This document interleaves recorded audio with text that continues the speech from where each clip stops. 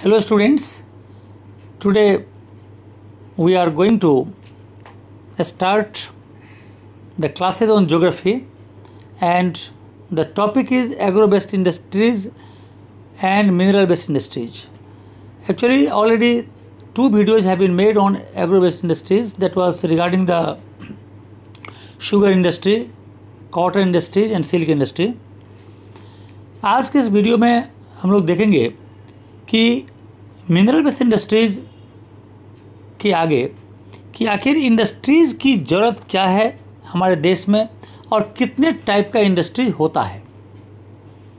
ये वीडियो आमतौर पर need for rapid industrialisation in India and types of industries और लोकेशन के बारे में, कहाँ पर इंडस्ट्री लगाना चाहिए, ये सब के बारे में एक इंडस्ट्रीज़ के ऊपर ये एक जनरल यानी एक तरह से असेसमेंट इस चैप्टर में है। तो सबसे पहले मैं स्टार्ट करते हैं कि हमारे देश में इंडस्ट्रीज़ की ज़रूरत क्यों है, इंडस्ट्री लगाने की ज़रूरत क्यों है।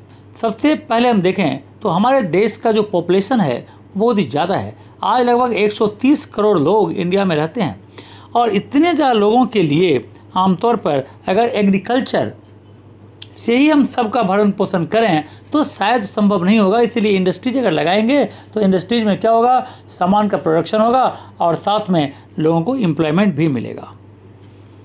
तो इंडस्ट्रीज़ क्या करता है, सिर्फ एग्रीकल्चर से ही ज़रूरत पूरी नहीं होगी, इंडस्ट्रीज हमारे 130 करोड़ लोगों के ज़रूरत को पूरा करता है। दूसरा है कि ये एम्प्लॉयमेंट के प्रॉब्लम को, जो अनएम्प्लॉयमेंट का प्रॉब्लम है उसको ये सॉल्व करता है, यानी काफ़ी लोग इंडस्ट्रीज़ खुलने से उन्हें नौकरी मिलती है। तीसरा यहाँ पर यह है कि यदि इंडस्ट्रीज बढ़ता है तो हमारे देश का डिफेंस सिस्टम मजबूत होता है, डिफेंस का प्रोडक्ट्स भी हमारे देश में खुद बनना शुरू हो जाता है, तो जो दूसरे देशों पर हमारा डिपेंडेंस है वो कम हो जाता है।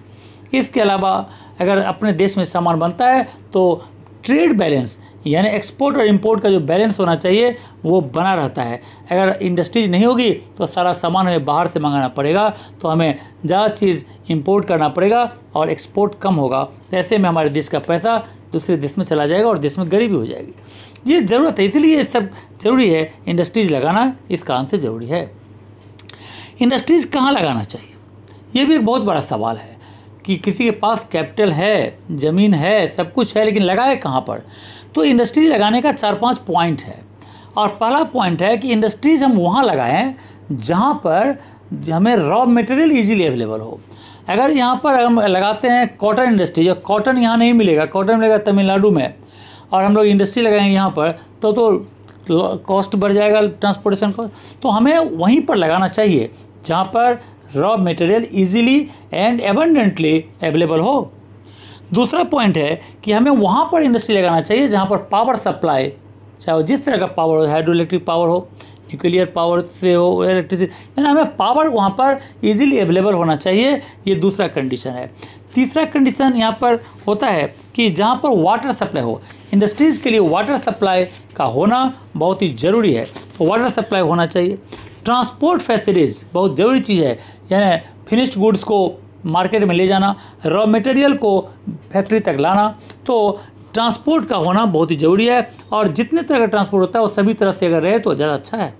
इसके अलावा तो ये मार्केट, अगर मार्केट है, अगर बगल में बहुत बड़ा मार्केट है, बड़ा शहर है, तो वैसे में उसकी सेलिंग भी ज़्यादा होती है, लेबर भी वहाँ पर मिले, स्किल अनस्किल दोनों टाइप का लेबर मिले, तो ये सब पॉजिटिव फैक्टर्स है। यही सब देख करके आदमी इंडस्ट्रीज लगाता है। तो इसके ये हो गया इसका फैक्टर्स। हम लोग देखेंगे यहाँ पर कि इंडस्ट्रीज़ का क्लासिफिकेशन करेंगे, कितने टाइप का इंडस्ट्री होता है। अगर रॉ मटेरियल के हिसाब से इंडस्ट्रीज़ को क्लासिफाई करें तो दो तरह का होता है, एक है हैवी इंडस्ट्रीज़ और दूसरा है लाइट इंडस्ट्रीज़। हैवी इंडस्ट्रीज़ में आमतौर पर इन्वेस्टमेंट ज़्यादा लगता है, लेबर ज़्यादा लगता है, स्किल और अनस्किल दोनों, क्वालिटी ऑफ रॉ मटेरियल भी ज़्यादा होता है और गुड्स भी काफ़ी हैवी निकलता है। एग्जाम्पल के तौर पर अगर हम कहें तो आयरन स्टील इंडस्ट्री, लोकोमोटिव्स का, ऑटोमेशन का, ये सब इंडस्ट्री जो है हैवी इंडस्ट्रीज में आता है। दूसरा लाइट इंडस्ट्रीज, यानी यहाँ पर कैपिटल भी लेस लगता है, वर्कर्स भी लेस लगता है और फिनिश्ड गुड्स भी बहुत ही लाइट वेटेड होता है। इसका अगर एग्जाम्पल देखें तो आमतौर पर जितने भी इलेक्ट्रिक्स और इलेक्ट्रॉनिक्स गुड्स हैं वो सब यहाँ पर बनते हैं। तो ये था रॉ मटेरियल के हिसाब से। अगर हम यहाँ पर सोर्स ऑफ रॉ मटेरियल के हिसाब से अगर डिवाइड करें तो हम इसे आमतौर पर 4 तरह से डिवाइड कर सकते हैं। और पहला है यहाँ पर एग्रो बेस्ड इंडस्ट्रीज। तो एग्रो बेस्ड इंडस्ट्रीज का क्या मतलब होता है? ऐसा इंडस्ट्रीज जिसका रॉ मटेरियल एग्रीकल्चर से आता है, जैसे sugar industry, jute industry, cotton industry. Mineral based industries का मतलब होता है जिसका रॉ मटेरियल कोई ना कोई मिनरल्स होता है, जैसे iron steel industry, aluminium industry, cement industry. इसके होते हैं एनिमल बेस्ड इंडस्ट्रीज, जिसका रॉ मटेरियल एनिमल से आता है, जैसे आमतौर पर woollen industry, silk industry, dairy industries. इसका होता है फॉरेस्ट बेस्ड इंडस्ट्रीज, जिसका रॉ मटेरियल फॉरेस्ट से मिलता है, जैसे पेपर, कार्डबोर्ड वगैरह का इंडस्ट्री जो है वो उसका रॉ मटेरियल फॉरेस्ट से मिलता है। अगर हम मैनेजरियल पॉइंट्स ऑफ व्यू से देखें, मैनेजमेंट के हिसाब से देखें तो हम इंडस्ट्रीज को कितने पार्ट में बांट सकते हैं?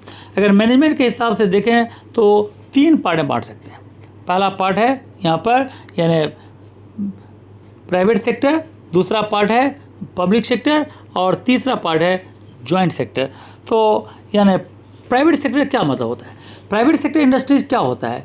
ये वो इंडस्ट्रीज होता है which is owned and controlled by any personal या प्राइवेट इंडिविजुअल, यानी कोई पर्सनल आदमी का इसमें मालिकाना हक होता है, वो इसका मालिक होता है। जैसे अगर हम कहें एग्जाम्पल के तौर पर टाटा आयरन स्टील कंपनी का मालिक कौन है? टाटा है। गवर्नमेंट का कोई हस्तक्षेप उसमें नहीं है। दूसरा जो इंडस्ट्रीज है public sector industries. Public sector industries वो इंडस्ट्री होता है जो which is owned and controlled by the government, जो गवर्नमेंट कंट्रोल करती है। जैसे आमतौर पर अगर हम देखें तो यानी railway, post and telegraph department, refineries, irrigation, ये सब जो है वो पब्लिक सेक्टर इंडस्ट्री में आता है। तीसरा टाइप की इंडस्ट्री जो हमने कहा हुआ है जॉइंट सेक्टर इंडस्ट्रीज। आमतौर पर they are jointly managed by the private firms and the state और central government. State government, central government के साथ अगर कोई प्राइवेट आदमी भी मिल करके इसको लगाता है तो कहलाता है जॉइंट सेक्टर इंडस्ट्री। जैसे ऑयल इंडिया लिमिटेड इसका एग्जांपल हो सकता है। शुगर मिल्स भी कई जगह पर गवर्नमेंट और प्राइवेट के कोलैबोरेशन से है। तो इस तरह का 3 इंडस्ट्रीज। अब अगर हम उसके साइज़ के हिसाब से बांटें इंडस्ट्रीज को तो भी हम इसको कम से कम 3 पार्ट में इसको बांट सकते हैं। Large scale, medium scale, small scale. Large scale industries क्या है? जिसमें लार्ज नंबर्स ऑफ एम्प्लॉय काम करते हैं और बहुत बड़ा यूनिट होता है, लार्ज स्केल पर इसका प्रोडक्शन भी होता है। जैसे अगर हम एग्जांपल के तौर पर आयरन स्टील कंपनी का नाम ले सकते हैं, ऑटोमोबाइल इंडस्ट्री का नाम ले सकते हैं। दूसरा मीडियम साइज इंडस्ट्रीज, जिसमें न तो ज़्यादा न कम नंबर ऑफ एम्प्लॉयज़ होता है। और एग्जांपल के तौर पर cycle industries, radio industries, paper mill industry आता है। तीसरा होता है स्मॉल स्केल इंडस्ट्री, जिसमें आमतौर पर छोटे छोटे इंडस्ट्रीज यानी बहुत वर्कर की संख्या में बहुत ही कम होती है और गुड्स भी मोस्टली यहाँ पर बहुत ही छोटे छोटे लेवल पर बनाए थे, जो डेली कंजम्पशन में इंसान उसको कंज्यूम कर देता है, जैसे राइस मिल, फ्लोर मिल, ये सब जो होता है, बेकरी वगैरह। तो ये सब आता है स्मॉल स्केल इंडस्ट्रीज़ के ऊपर। तो इस तरह से हमने यहाँ पर देखा कि किस तरह से हमने इंडस्ट्रीज़ को कई पार्ट्स में यानी क्लासीफाई किया। इसके अलावा इंडस्ट्री की ज़रूरत क्या है और इंडस्ट्रीज़ के लिए कौन कौन से फेवरेबल फैक्टर्स है, इन सब को हमने डिस्कस किया। हमारा जो नेक्स्ट वीडियो होगा उसमें हम मिनरल बेस्ड इंडस्ट्रीज पर जाएंगे और जितनी मिनरल्स हमारे सिलेबस में हैं उनके एक पार्ट को हम डिस्क्राइब करेंगे। तो आज के लिए बस इतना ही। Thank you, okay, and God bless you.